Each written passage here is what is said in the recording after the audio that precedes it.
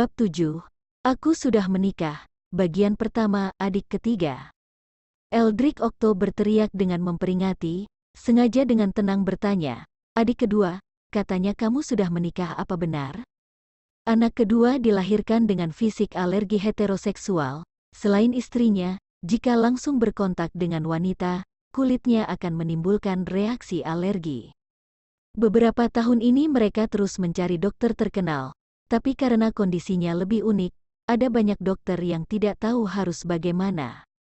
Ezra tanpa mengatakan apapun langsung meletakkan akta pernikahan di atas meja. Vito memiliki mata dan tangan yang cepat, tapi masih belum menyentuh akta pernikahan. Tangannya tertarik kembali oleh tatapan serius Eldrick mengambil akta pernikahan berwarna merah itu. Kedua tangan Eldrick sedikit gemetaran. Sayang, kamu lihat dulu. Dia menyodorkan akta pernikahan ini kepada sang istri. Sebenarnya dia tidak berani membukanya. Mata Kalenia sedikit basah, mengumpulkan keberanian begitu besar baru membuka akta pernikahan dengan tangan gemetaran. Melihat stempel baja di atas akta pernikahan, dan juga foto dua orang di sana, air matanya langsung mengalir keluar, langsung menyodorkan akta pernikahan ke hadapan Eldrick. Sayang, lihatlah. Tuan muda kedua kita sungguh sudah menikah, istrinya juga lumayan cantik.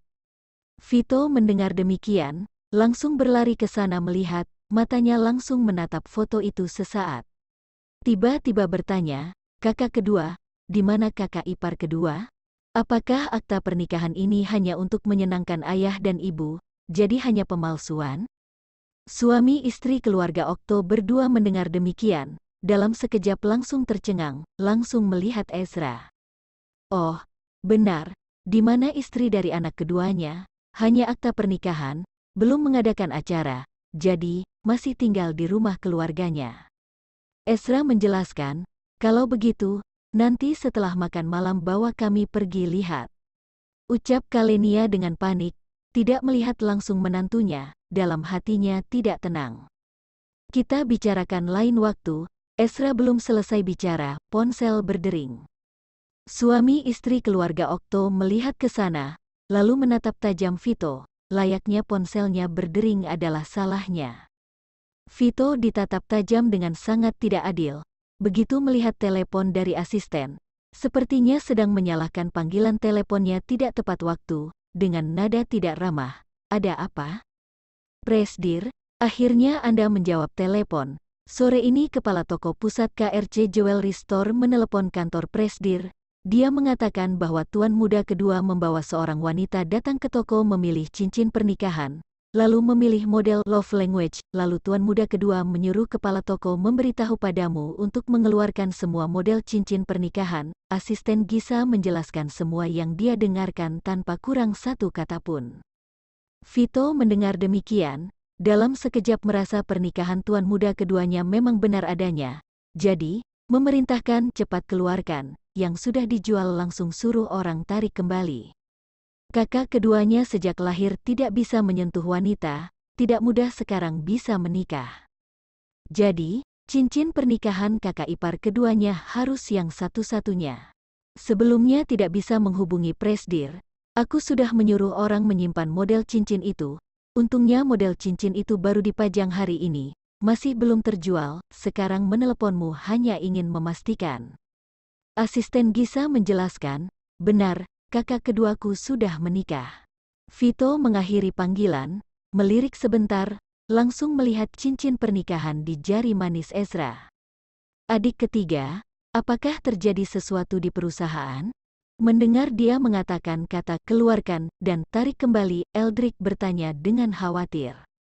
Tidak, asisten Gisa meneleponku bilang bahwa hari ini kakak kedua membawa kakak ipar kedua datang ke toko pusat KRC Jewelry Store memilih cincin pernikahan, jadi menyuruh orang untuk menyimpan semua model cincin itu. Vito menjelaskan sambil tersenyum.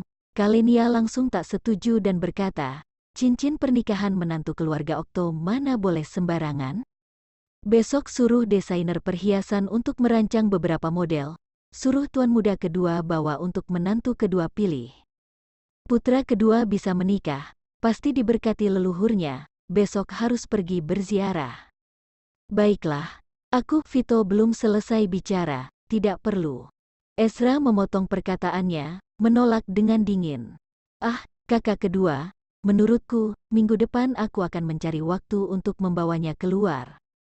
Ezra yang sudah makan kenyang mengatakan demikian, menyimpan akta pernikahan, berdiri, dan meninggalkan ruangan, bersiap untuk kembali ke tempat kerja. Meninggalkan suami istri keluarga Okto dan Vito yang saling memandang. Adik ketiga, nanti kamu utus orang cari dokumen menantu kedua kita. Eldrick memerintah dengan tegas, masih harus menunggu sampai minggu depan? Mereka tidak sanggup menunggu, mengetahui nama, juga sudah mendaftar akta pernikahan, pasti mudah untuk diselidiki. Bukan ayah, kalau kamu langsung mencari kakak ipar kedua, tidak takut nanti menakuti orangnya pergi? Nantinya kakak kedua pasti akan menyalahkanmu, Vito bertanya dengan terkejut. Tapi sesungguhnya, dia juga ingin melihat orang asli kakak ipar kedua. Eldrick hampir tidak menendangnya, suruh kamu pergi kerjakan, ya kerjakan, jangan basa-basi. Keluarga Libra, Kina duduk di depan meja, menundukkan kepala menuliskan bahan mengajar minggu depan. Tiba-tiba, ponselnya berdering, membuatnya terkejut. Dia mengambil ponsel melihat nomor asing, dia mengerutkan keningnya, ragu beberapa detik, baru menjawab, "Halo, dengan siapa?" Aku mendengar suara pria yang rendah dan sejuk di telinga. Kina terkejut hampir menjatuhkan ponselnya. Suami sahnya yang secara hukum, ada apa mencariku? Tanyanya dengan waspada, memberitahumu, minggu depan datang ke rumahku untuk makan. Ucapnya dengan tegas, tidak ada waktu. Minggu depan aku tidak ada waktu. Kina tanpa berpikir langsung menolak. Masih belum selesai berbicara, terdengar suara tut-tut-tut dari ujung telepon, artinya orang itu sudah menyudahi panggilan tersebut.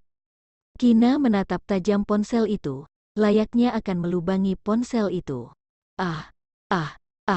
Kata enak didengarnya pergi ke rumahnya makan. Sesungguhnya untuk bertemu orang tuanya, dilihat dari situasi ini, setelah bertemu orang tuanya, selanjutnya adalah pertemuan kedua belah pihak orang tua untuk membicarakan pernikahan hari Senin. Kelas sore terakhir, setelah usai kelas, para murid berurutan meninggalkan kelas dan pergi makan siang. Sebagai guru magang bahasa Jerman, Kina juga membereskan barangnya dan pergi. Bu Kina, ada kata yang aku tidak bisa. Apakah kamu bisa mengajari aku? Ezikra Okto yang duduk di paling belakang tiba-tiba mengangkat tangan dan bertanya dengan wajah memohon. Kilau kaget melintas di tatapan Kina. Dengar-dengar latar belakang keluarga Ezikra sangat kuat. Ada yang bilang dia berasal dari keluarga kaya nomor 1 di Lausanne. Benar atau tidak, tak ada yang tahu. Biasanya dia sangat rendah hati. Pada saat kelas, selain tidur, tidak ada lagi yang dia lakukan. Hampir tidak pernah bersosialisasi dengan guru. Tapi peringkatnya di kelas selalu juara 1 dan 5 besar secara keseluruhan. Oleh karena itu, para guru juga tidak pernah menghukumnya. Tapi ada murid yang bertanya, Kina sebagai guru tentu dengan senang hati menjawab. Ezikra menatapnya dengan penuh makna. Saat semua murid sudah meninggalkan kelas, dia sengaja menggunakan pulpen menuliskan kata itu, lalu menunjukkan padanya. Bab 8, Aku menyukaimu. Bagian 1, Dich, aku menyukaimu. Ekspresi Kina serius, membaca dengan lambat dan tepat. Ezikra menggaruk kepalanya, menunjukkan senyuman tampan yang bermaksud meminta maaf, berkata, "Maaf, Bu Kina, apakah kamu boleh membacanya sekali lagi?" "Oh, boleh." Kina tanpa mencurigainya dan mengangguk, membaca sekali lagi, Dich. Dich, aku juga menyukaimu. Ezikra selesai bicara, berdiri dari kursi, tersenyum tipis menunjukkan senyuman iblis, seperti rubah yang licik. Kina tercengang, mengerjakan matanya, baru sadar rupanya dia sudah dijebak. Melihat Ezikra dengan tatapan penuh makna melihatnya, dia langsung panik, teringat dengan seorang murid wanita yang kaya raya menyatakan perasaan kepada seorang guru pria. Berpacaran, pada akhirnya guru pria ini diperingati oleh pihak keluarga wanita, lalu dipecat oleh sekolah. Kina langsung menggunakan nada memuji, tersenyum dan berkata, Bagus, memang murid berprestasi, kamu sangat pintar. Kalau tidak ada masalah lagi, ibu kembali ke kantor dulu. Ezikra tiba-tiba menjulurkan tangan menarik pergelangannya yang kecil, menarik kembali Kina yang buru-buru ingin pergi, langsung menindihnya di dinding. Buku yang ada di dalam pelukan Kina langsung terjatuh ke bawah tanah, pupilnya yang bersinar langsung terkejut sampai tidak berani bernapas. Kamu, apakah ibu tidak mengerti bahasa Jerman yang aku katakan tadi? Ezikra mencengkeram kedua tangannya dan menahan di atas dinding. Tinggi badannya 185 cm melihat ke bawah, melihat Kina yang ekspresinya terkejut seperti kelinci. Berkata lagi, kalau begitu aku katakan dengan bahasa Indonesia, Bu Kina, aku juga menyukaimu. Bukan tunggu, aku tidak suka padamu, Kina menjelaskan dengan buru-buru. Kamu tadi sudah mengatakannya, bahkan mengatakan 2 kali, ini cukup menunjukkan bahwa Bu Kina juga menyukaiku. Ezikra tersenyum cerah, membuat orang tak bisa mengalihkan pandangan. Dia memandang wajah putih dan cantik Kina, pupil mata indah yang berada di bawah bulu matanya, seperti berisikan seluruh keindahan alam semesta, hidung yang mancung membuat orang ingin menyentuhnya, juga bibir tipis itu melihat Kina yang lucu dan menggoda seperti ini. Ezikra hanya merasakan hatinya meleleh. Dia menyukai Kina sejak pertama kali berjumpa dengannya. Ezikra, aku adalah gurumu, kamu bertanya, aku bertugas menjawab pertanyaan kamu. Dan juga, aku tidak menyukaimu. Kina mengerutkan keningnya dan menolak dengan tenang, juga mengingatkan hubungan mereka berdua, tolong lepaskan aku. Dia berusaha ingin terlepas dari telapak tangan besar yang mengunci pergelangan tangannya, malah menyadari kekuatannya sangat pas, tidak bisa membuatnya terlepas juga tak akan menyakiti dirinya. Ezikra tidak terpengaruhi olehnya, tersenyum jahat, tidak apa-apa. Yang penting aku suka Bu Kina saja, dan juga Bu Kina begitu pintar, mulai sekarang belajar menyukaiku sangat mudah. Kina yang muda, cantik, dan lucu sangat disukai murid pria yang menyukainya juga tidak sedikit. Oleh karena itu, Ezikra bolak-balik menyingkirkan para pria itu agar tidak membawakan gangguan untuknya. Agar membuatnya putus asa, Kina hanya bisa berkata, menyukaiku juga tak berguna, aku hari Sabtu lalu sudah menikah. Pupil gelap Ezikra menghitam dan dingin, namun, dengan cepat dasar matanya menjadi hangat lagi.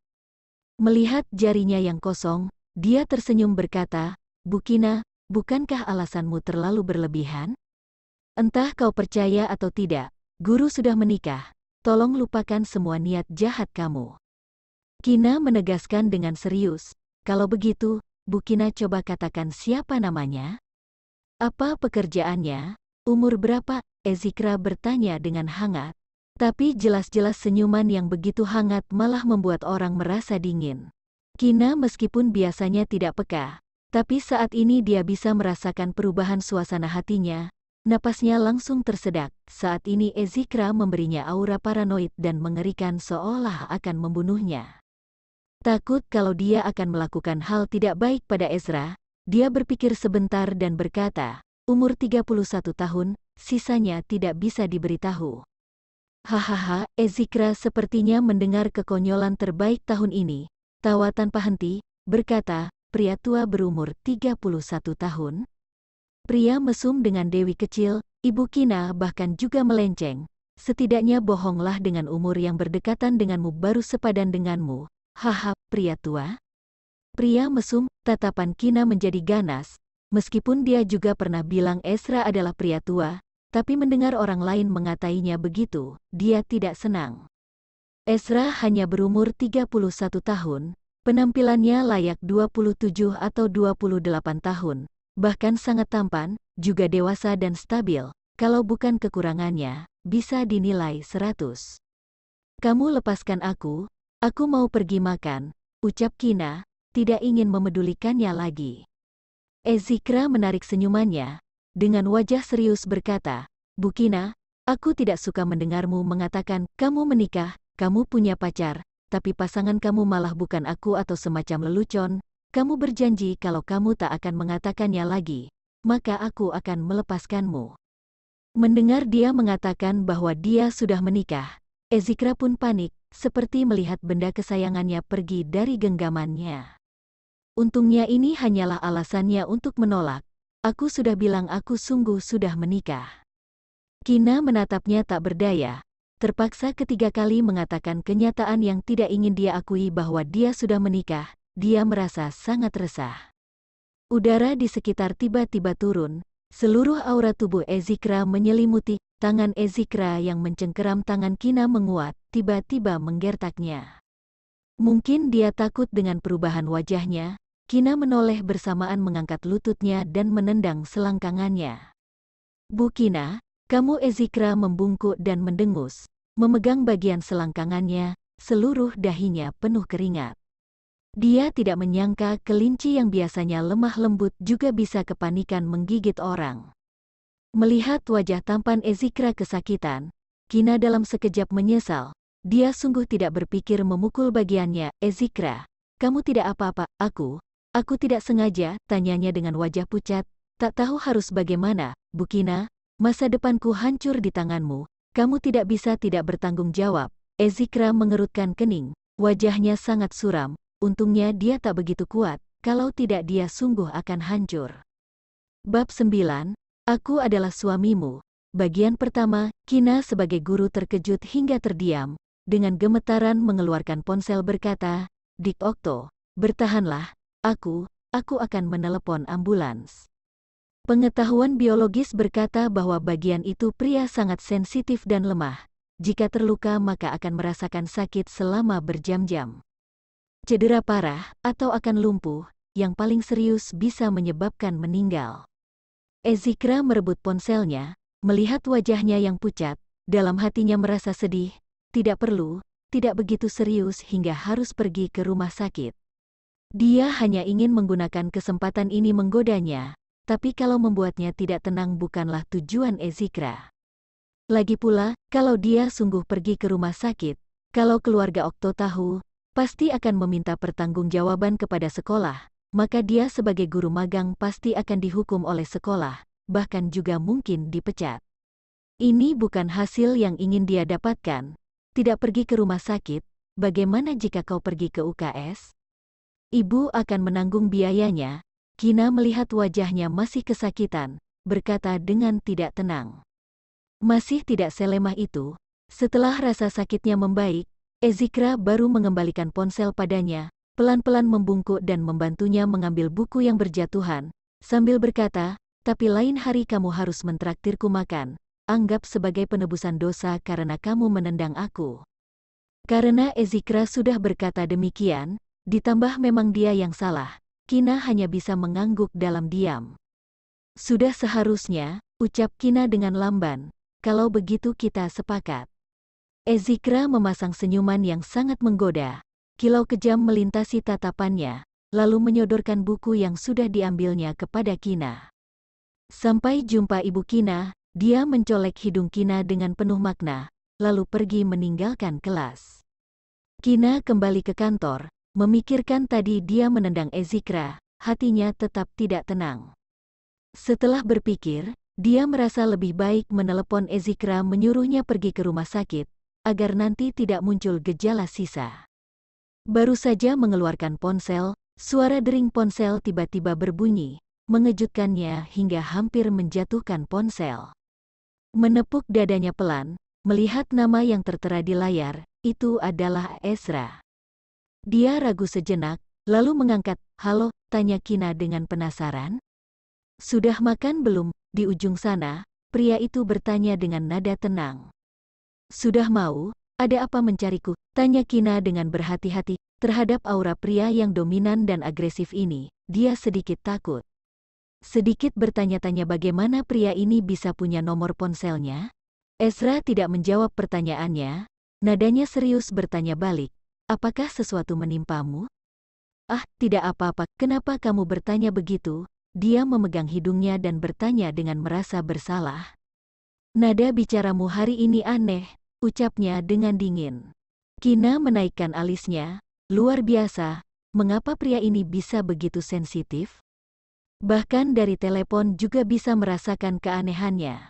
Menenangkan hatinya, dia berkata, "Tidak apa-apa, hanya saja bertemu dengan murid yang sedikit memusingkan, tapi sekarang sudah tidak apa-apa, hanya saja suasana hatiku masih belum membaik." Dalam hatinya berbicara sendiri, lagi pula penjelasan begini juga tidak termasuk berbohong. "Sekarang aku adalah suamimu, kelak kalau ada masalah ingat beritahu aku." Nada bicaranya sangat serius dan tegas. Setelah itu, dia mengatakan lagi, "Sekarang kamu pergi makan, aku kembali bekerja dulu." Setelah itu, dia pun mengakhirinya. Wajah Kina panas. Ezra meneleponnya, hanya ingin bertanya apakah dia sudah makan belum. Tampaknya suami secara hukumnya ini lumayan perhatian. Kantin Universitas Ezikra, hari ini kamu menyatakan cinta kepada Ibu Libra, berhasil tidak? Tanya Aldio dengan penasaran dan panik. Melihat tatapan memperingati tiba-tiba mengarah padanya, Aldio dalam sekejap menciut. Dalam hati berkata, tampaknya gagal. Bowie memperhatikan ada sesuatu yang janggal, langsung berubah menjadi ahli percintaan, mulai memberikan komentar panjang, "Ezikra, jangan berhati kecil jika gagal. Pepatah mengatakan kegagalan adalah ibu kesuksesan, semakin mudah didapatkan akan semakin mudah. Karena tidak mengerti untuk menghargai, semakin sulit didapatkan, maka kau akan semakin menghargai. Kamu pikirkan, kalau Ibu Libra begitu mudah kau dapatkan, maka itu bukan Ibu Libra yang kau sukai. Berbesar hati, semangat." Teman sekolah di kelas memanggil Kina sebagai Ibu Libra, hanya Ezikra memanggilnya Ibu Kina.